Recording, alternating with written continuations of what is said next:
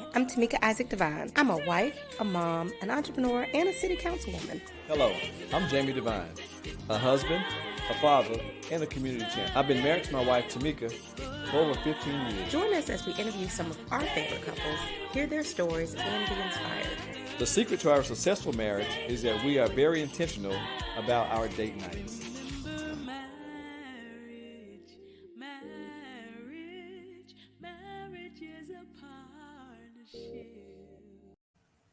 Hi, I'm Jamie.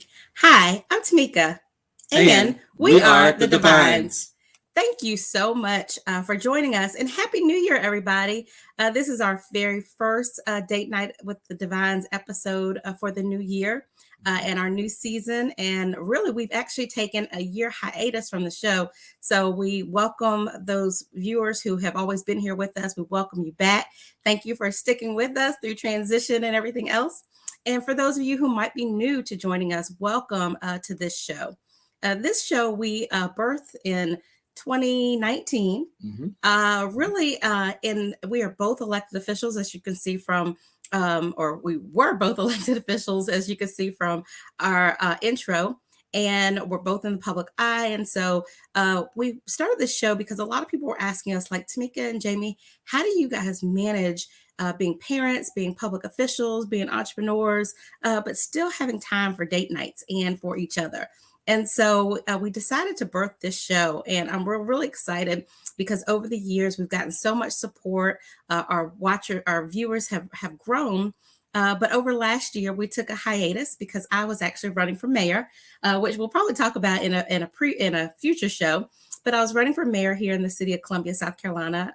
Was unsuccessful in that bid, but really made me think about where we were. And so so many people were like, well, we really missed this show while you were campaigning. And so since the campaign's over, we have decided to come back and continue to introduce you to amazing couples who are keeping love and marriage first and forefront, but doing amazing things professionally and in their careers. And so we are excited to start season 3 with a great couple that we just met, but I've heard about and I've known about for over a year now and been inspired by their story and really impressed with the work that they are doing. And so we were excited to bring them today. So Jamie, you want to, first of all, let's welcome them.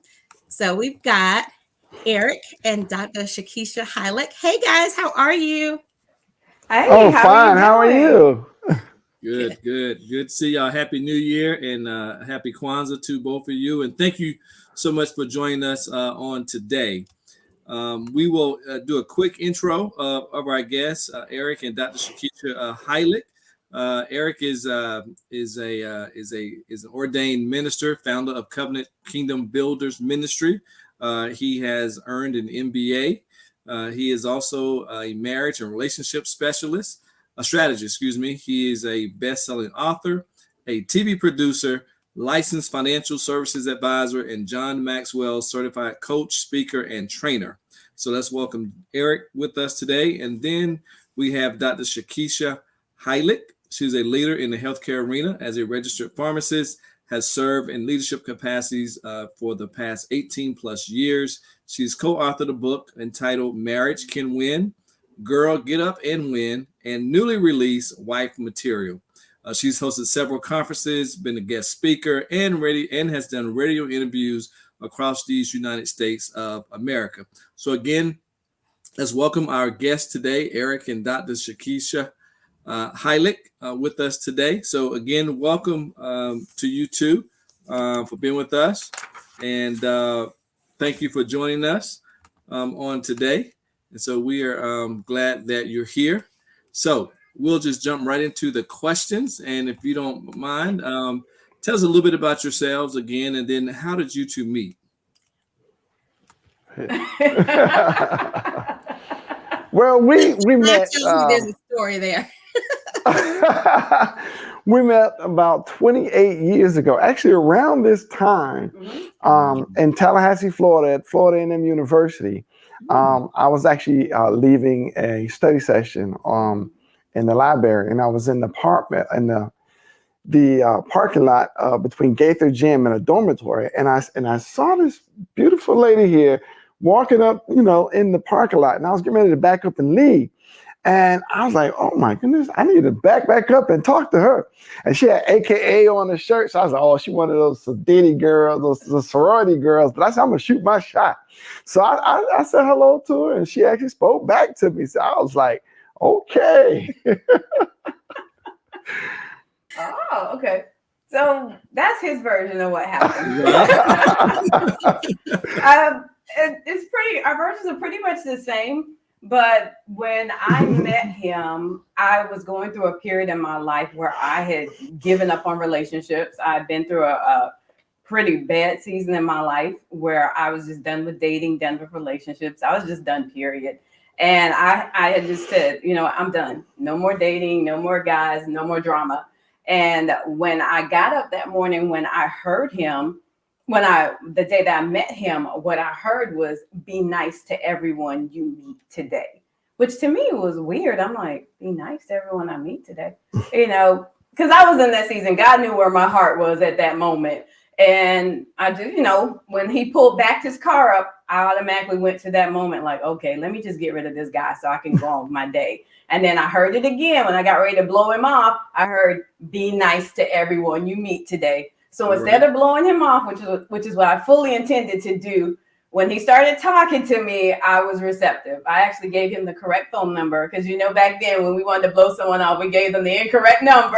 But I gave him the correct number. And literally, it's been 28 years later, and we're still, you know, still rocking and rolling. Yes. Wow. Awesome. So I did not realize that you were a member of Alpha Kappa Alpha. So happy belated Founders Day to you. I am a Delta, so all fan love. And so I will say, Eric, you have chosen wisely. I tell you, those of us who not only can wear the colors, but also can build, we build our kingdoms and our communities. So you got a great woman there. Well, thank you. I looked up with her. So let me ask this though. So, I mean, 28 years, that's a long time. How long did y'all date before you knew that each other was the one, and kind of how did that evolve into the lifetime partnership?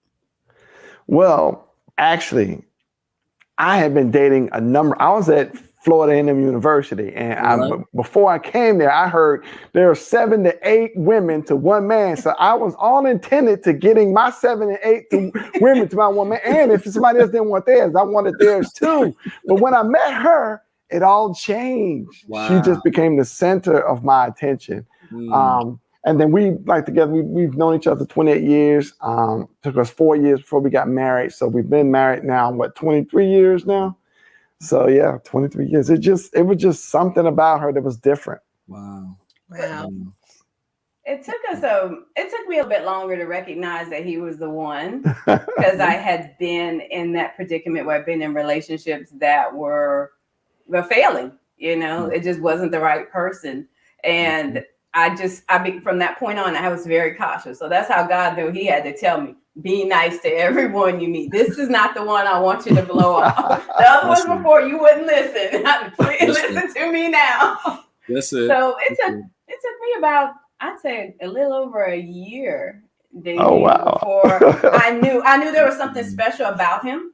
I knew, I just felt connected with him, and I felt that he was always going to be a part of my life. Didn't know it was going to be in a husband capacity, but I enjoyed spending time with him. We just talked for hours on hours, literally almost every day. Yes. So we really, really established that friendship bond first. And that's good. I mean, you know that when you can have those conversations, and you know those conversations turn into hours and hours, that's really something. So let me ask this too. So, you know, Eric, you are ordained minister, but when y'all met, college, you know, how you talk about. So were you, actually at that point, did you were you going to church? Were you really looking for someone? Were you listening to God's word, as Sakeisha obviously was listening to God's word at that time? Or is that something kind of as you matured? And how important has God been in your marriage and in your relationship? Well, I had been going to church all my life, but I wasn't filled with the Holy Spirit and listening to His voice and doing what He wanted to. All I right. was actually operating in the flesh, All right. like All I right. said. So, All right. but once we got together, things changed, and it was nobody but God to put us together, and direct us to where we are today. It just really isn't, because as she would say, she never thought she would even come to Florida. She hated Florida because of all the sun. It was just kind of ordained out because I was in Fort Lauderdale at the time, and I was working and going to the community college, and I had applied to FAMU and FAU. I got accepted to FAU, but they never sent me, or I misplaced the acceptance letter, and I got the one for FAMU. So I was like, oh, okay, well, I guess I'm going to FAMU. And turns out later I was accepted to Florida Atlantic University because they were like, okay, registration begins. And I'm like, what do you mean registration? I didn't know I got accepted because I would have probably just stayed in South Florida rather than going to Tallahassee. But it's nothing but God. Okay, very good. So using that platform kind of as your background, we did read, of course, in your bio and just learning about you guys that you both were raised by single parents. How does that the way that you were raised influence the way that you approach your marriage? It's amazing because my mom and my dad got divorced. They separated when I was like 8, got divorced when I was 13. So my father, I still had a relationship with him, but my dad didn't have a relationship with God. He didn't really have an understanding of what a successful marriage looks like. Neither did anyone in my family. When my grandfather passed away at 96, he was on his 4th marriage. So I didn't really have a model to emulate. So we literally, it was like getting our teaching from God and having other pastors that would pour into us and demonstrate what a healthy marriage looked like. Because I had no idea. I came into the marriage modeling my father's motto. My father would tell me, you run your household. You don't let any man or anybody tell you what to do with your money or anything like that. So of course we butted heads because my husband told me, he said, look, there's not going to be 2 men in this house. There's only 1 man in this house, and I don't wear dresses. So we had to learn to communicate. We had to learn to build that mutual level of respect and follow God's plan for the marriage. So that caused us to butt heads on many occasions, and it was a process. So that's what made us so passionate about helping other couples, because we always almost found ourselves separating like our parents did, like our grandparents did. And that was the one thing that we said at the beginning of our marriage that we didn't want to do. We didn't want to follow in our parents' footsteps. Yeah, when you have, in all sense of the word, when you have 2 worlds colliding, there's always a big boom, a big blast. And that's what was happening. We had 2 worlds where she grew up. Her parents were married, they got divorced. And with me, my parents got they were married and they got divorced, they got remarried, and then they got divorced again. And so, from my upbringing, from what I saw in a relationship and what they saw, she saw were totally 2 different things. And so when we come together, I'm expecting, my upbringing in my world, and she's expecting her world. So when they come together, it's a clash. But one thing is, when we were dating, we did do a lot of communication. We did do a lot of talking. We spent a lot of time together. We found out a lot about each other, which is typically what you need to do when you're dating. And I can say now that's what when we teach our clients or whoever we're coaching, or if we're teaching, is that you need to find out if this is someone you want to build life together. Is this something because you want to build and protect wealth, and you want to talk about, basically it's almost like, let me see your curriculum vitae. Are we in the same mindset? Are we thinking we have the same culture? Are we, thinking the same direction? Because, I maybe want to be a CEO of a company. You maybe want to be, the manager of McDonald's, which is nothing wrong with that. But I may want to own McDonald's. And so if we, 2 different, so it's going to be a conflict.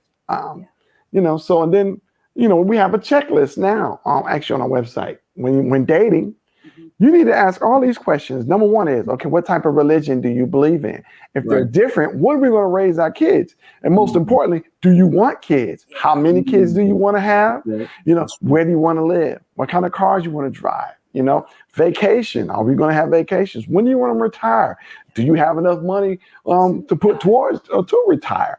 And our kids, if we have 2 or 3 kids, how are we going to put them through school? These are the questions that we need to ask, because we've talked to many people, and especially when they've been married 2 or 3 times and they're on their 3rd marriage, and they get married and they're in their 60s, and one has a house in California, one has a house in Florida, and they're like, okay, you ready to move to Florida? They're like, no, I got a house in California. They never talked about it. They never talked about where they're going to live. So that was a conflict right after they got married. That's important. That's important. So that, let's back up a little bit, because that leads us to kind of what y'all do now. And we want to dive deeper into what y'all do now, because I think that certainly there are some of our viewers who are either thinking about getting married, that might be dating, or we've got lots of viewers who are in marriages and they're at the beginning stages that really probably need to hear some of the stuff that you guys offer. But let's back up a little bit. Like, it is so amazing that you guys have this great marriage, but professionally, you help build great marriages by this. And so tell us, how did that happen? How did y'all get into the aspect of the speaking and the coaching and working specifically with couples? Was that just something that God led y'all to, or is it that people came kind of like us, people kept coming and asking, like, how do y'all do this? And you decided you had a gift to share, or how did that happen? Well, we have been working in ministry, the marriage ministry, for for a while. And actually, I guess we could say we've been working with couples over 16 years, and professionally about 7, right? But it started really one day when we were in ministry, and they said, hey, okay, we're having a marriage ministry. And so they said, well, all you married couples come out at so-and-so, 7:00 Thursday night. So we came out, and that's how it started. Somebody else was asking the question, they were teaching, and he was like a more professor. He was like giving you the scientific brain, this is why you think this way. This is why you think. And everybody was in there like, okay, what I got to do with us being married? Okay, we don't have to go to the DNA section. And we were like, okay, people just wanted to ask questions and say, hey, I'm having problems. She getting on my nerves, or he getting on my nerves. She spent too much money, or he's, those are the kind of questions they wanted to talk about. But he was too busy talking about the scientific makeup of the brain. Honestly, when we went there, it was an environment in which it just felt really sterile. No one felt comfortable asking questions. And we were thinking, we struggled in our marriage. If anything, we should be able to come to church. Nothing against church. It's just saying we should be, that's an atmosphere where we should be able to get wise counsel. We should be able to be transparent and get answers to the questions that we're facing. So I started raising my hands, asking questions. And then once it did that, it broke the ice, and people started saying, okay, so more questions started coming up. Right. And it was like a release. It was like, okay, now let's have these conversations. So they said, hey, are you guys coming back next time? And we were like, okay. So we kept coming. And next thing you know, we were a part of the co-facilitators, because there are people, like, you're in ministry, you hold all these titles, but you're still struggling on the inside. You don't want to raise your hand and say, hey, I need help.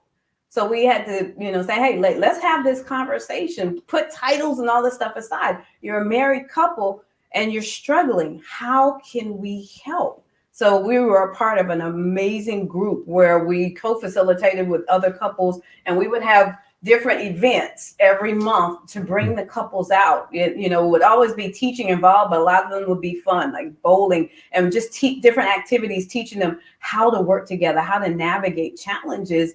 And it broke the ice, because sometimes, and we love our husbands, but sometimes, they're kind of like, I don't want to go to someone and tell me what's going on. But when you make it inviting and fun in an atmosphere where they can learn it at the same time, it wasn't a lot of pressure. What's your thoughts? And to add on to it, we eventually, I know, and she, to fast forward, when we first started to doing this professionally, she was actually met a business coach at a conference. And out of that came my first book called The Marriage Can Win. Yeah. And what we did with that, we actually did some research, and also we did interviews with couples. And we found that the three biggest issues that causes relationships to fail, or not even to get started when you're dating, is communication, finance, and sex. Mm-hmm. And when you're in the confines of the church, you know, people are not necessarily comfortable talking about those three things. Even if it's marriage ministry, they don't want to talk about sex, even though that's what they want more of. But they don't want to talk about it. And so, you know, so the thing is that that's what causes issues in the church, out of the church, and society. And so we wrote the book, gave keys and strategies of how to overcome that great divide. And we even have workbooks to give you assessments on where you are in your relationship, whether you're dating, married, been married a while. So, and you know, you actually find out where you are in your communication from a scale 1 to 5. Where are you on your finances? 1 to 5. And then on sex, where are you 1 on 5? Because the communication aspect is the biggest key out of all those three. We've worked with couples and we've run the assessment. And actually, we were at the Tom Joyner reunion show. We did over 80 couples running the assessments. And it was funny because you had the couples and we asked them on communication, where do you feel you are 1 to 5? 5 being great, 1 being worse. And they'd be close. One say 2, another say 4. Finances, a lot of times they'd be pretty much on point. When it came to sex, you know, the guy would be like, well, we 5. And the lady would be like, 2. And he'd be like, what? You know, and it comes down to this simple thing. I give an example. Like, you know, when it's time for intimacy, the man would always come and be like kissing on the neck and licking in the ear. And he thinking he's just getting all ready for, you know, love. Yeah. And she like, you know, a year later, she's like, stop. She's like, what's the matter? I hate when you do that. So, baby, I've been doing that for a whole year, and you never told me that was bad. I thought that was good for you. Right. And she said, no, I just didn't want to hurt your feelings. Simple communication. Now, you see, communication about the finance and then intimacy, you want a win-win situation. You don't want a person to have a negative experience going into when you're, you know, supposed to be your pleasurable time. Right. So that's kind of how we got, you know, from the beginning and moved on into, you know, working with couples. And then to take it one more step, like, I'll leave it at that. No. You're like, okay, we're like, yeah, listen. So what's that next step? Because you also, so you said you've been doing this professionally like 7 years, but y'all have evolved. I mean, from, you know, being coaches, being speakers, but you've got the book, you've got, you know, a TV show. I'd love to hear about that. But tell us kind of, because even over the 7 years, your business has transformed. And the most important part that I would love to talk about is the transformation that you're making, and that God is actually, put it this way, God is using you to make in building his kingdom, particularly in strengthening Black marriages. Well, if I can, I know I'm over here, but I'm the quiet one. It's okay. It's called teamwork. We would hold conferences, and what we did is we invited a financial company called Edward Jones, and we brought family therapists, we brought other psychotherapists to the conference, and we found it was just supposed to be for couples, but we found pastors, coming leaders, and it was just, we were surprised. And so, you know, eventually, that was an in-person conference, and then COVID hit, so it evolved to the virtual aspect. But once we started the virtual aspect, we took it so where we got approached from a radio producer. He said, I want you to come and do a radio show with us. And we was like, okay, Marriage Can Win. And we had just started a podcast called The Marriage Can Win. And so we did the radio show and with the it's called the Love Radio Network. And we did the same thing, and we just replicated it over to our podcast. And then he came back and said, I want you to do another radio show. We're like, another one? And he said, yeah, Date Night with the Hyllicks to help the singles. So we did 2 radio shows, and we had the podcast. And so it was really reaching people. And we were like, wow, because we had a live show. We took in questions, and people from Pennsylvania, and we're in Florida, were saying why they were asking questions, and like, wow, I never knew, what I was doing wrong with the questions, and we were really making an impact. We saw an impact, outside of our local area, and was reaching people all over the nation. And so we were really surprised with it, and it just grew and grew and grew. And then our podcast, it took off when we reached over 5 countries, and we had about 86 shows. And we had great guests like George Fraser and I think Dr. Willa Jolly and Janie Lacey, who was a family therapist. Yeah. I mean, we had people to come on and give us feedback that we were really making an impact. And so we were like, wow, this is really impacting people. And one of our shows, which I think was the most important aspect, and we kind of moved into a different aspect of helping, is the importance of the family structure in America. Mm-hmm. And that's where it really started impacting more than just marriages. And it gave the standard and formation for singles to know what a definition of a successful relationship and a family is. Because we got on a different platform, Clubhouse. And when I started talking with the youth in there, they're like, oh, the women were like, oh, I don't need a man.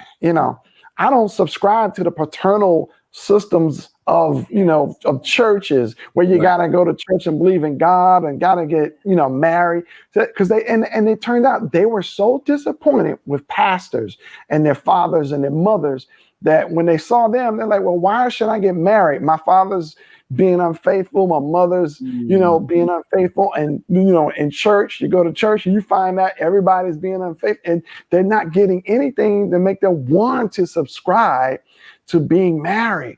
And then the women are looking like, well, I don't need a man. I just need a man to take care of my physical needs. I got my own, they call it bag. I got my own bag. I make my own money. Right. I'm successful in my business. I don't need a man. And so they're like, well, I don't need a man. So why do I get married? Why do I need a relationship? And they've gotten so bad, they go to turn into women. I don't need a man. A woman can do what I need and I can move forward. So we're like, wait a minute. This is crazy. So we start focusing on the importance of the family structure. And I call it the hood training. We got to have the parents to start teaching the hood training. You got to have that boy move from the boyhood to the manhood. You got to have that girl go from girlhood to a womanhood, woman to a wife to a mother, boy, man, husband, father. They got to learn, as far as the boy, they got to learn who they are, how to respect themselves, how to respect the girls, to move forward. So that has been the focus now, is the family. But here's the thing, we take it to another step, because we didn't depend on a financial company in there. Sakeisha and I both are licensed financial services advisors, and we have a team of over 18 and over 6 different states we're licensed for. And so now we're teaching couples how to build and protect wealth, starting with your children. You have $1 million babies. By the time they turn 16, you can reach into these products, pull out money tax-free, and pay for their college education. When they graduate, you can reach back into these products, pay for a house and cars. And when they want to retire, they can retire for the rest of their life and get like $120,000, $130,000 tax-free for the rest of their lives. And when they're like 70 or 80 years old, and something happens to them and they pass away, they leave $3 million to their family. That's generational wealth. That's it. So, and when I mentioned that on this platform, they're like, whoa, because they're starting to build their own business with cryptocurrency and investing in, PO trading and stock market. But where they putting the money? Because it's not how much you make, it's how much you keep. And so they were starting to listen. And they are to what I was saying. And they were like, okay, well, how do I do that? And then, and it made sense to have a strong foundation of a mother and a father. And so that's what I believe is the most important aspect in America and even the world today, is if we can teach our children, and if we can teach the adults, to be responsible. And if they're learning what the aspects are, then they'll know what to teach to their kids. Mm-hmm. Wow, that's a word, Eric. Because it really, it's so much deeper, and people don't recognize how interconnected some of these things are. And when you talk about just even the way the media portrays families, and so what we're learning is not to value the marriage and not to see the role that a strong marriage has in building wealth. And so then when people want to talk about the education system or poverty or, African Americans achievement, they don't even go back to the fact that what's the structure of the family and where could that have been impacted by some of these things. So that's real powerful what you talked about. Sakeisha, were you going to add something? No, I think he's covered it all. I just think it's really important, though, for us to have those conversations. Sometimes we have our kids such that they're focused on immediate gratification, and they're not really planning for long-term success. They want that immediate. They want that right now. And we have to start teaching them. That's one of the things we had to tell our kids in our household. We don't do those expensive sneakers and all those expensive clothes. Now, that's immediate gratification. That's not going to help you in the long term. That's not going to help you build residual income and residual finances coming into your home. So we're going to cap it at this amount. Anything over that? No, ma'am. No, sir. You won't get it here. That's it. Yeah. That's smart. Set the boundaries. Set the boundaries. Yeah. As we get ready to close out, I always ask the famous Jamie Devine question, which is one of the last couple questions that I always ask, and this goes to to both of you all, and just I'm gonna phrase it, then I'm gonna give a scripture behind it, and then I'm going to ask you to answer it. If you could tell a younger Eric or a younger Sakeisha anything, what would that advice be? And while you're thinking about that, I think about Habakkuk 2:2 when it says, "Write the vision, make it plain." And Eric just spoke to that. With God and of course the husband and then the wife and then the children, and that we may run with it, whoever reads it. And then in verse 3 it says, "For the vision is yet for an appointed time, but at the end it will speak and it will not lie. Though it tarries, we got to wait for it, and because it will surely come and it will not tarry." So I say that to that young people sometimes have to have that vision from the parents, so that when that time comes, they have to tarry, but in the end they will still hopefully see the vision of the importance of having family going forward. And again, going back to the question, if you could tell a younger Eric or younger Sakeisha anything, what advice would that be? Either one can go first. I know for me, it would be not to make a permanent decision based on a temporary situation. Right. Sometimes we want immediate gratifications. You have people that give up on your marriage because you hit a rough patch in your life. Mm-hmm. As Apostle called it, he said you go through those see nothing seasons. So then you're ready to give up on your marriage and your relationship. But it says for better, for worse, for richer, for poorer, in sickness and in health.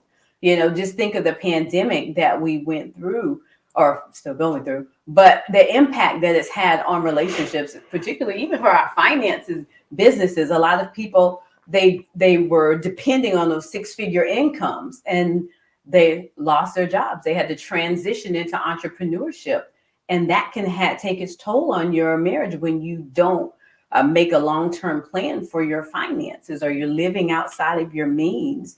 A lot of times you have people transitioning into doing certain things because they want that immediate gratification. But, you do have to count the costs. You have to consider the long-term effects of a decision that you're going to make now. So just take your time, and don't be pressured into doing anything right then and there. I say put some serious thought into something that you're planning to do, especially like my husband mentioned before. If you're someone that you're going to build a life with, don't rush into that relationship. Get to know them in different seasons, what's their plan for their life. Where do they see Exactly. themselves 2 years from now, 5 years from now? You know, we go into relationships thinking, oh, I can change that person. No, you can't. Only God can change somebody. Right. That's so right.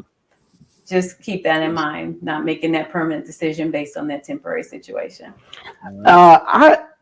The things that we're teaching our kids, I would teach that younger Eric. I would teach him about building a strong family and building a successful business and building generational wealth, as we do in our television show, Becoming a Millionaire Power Couple.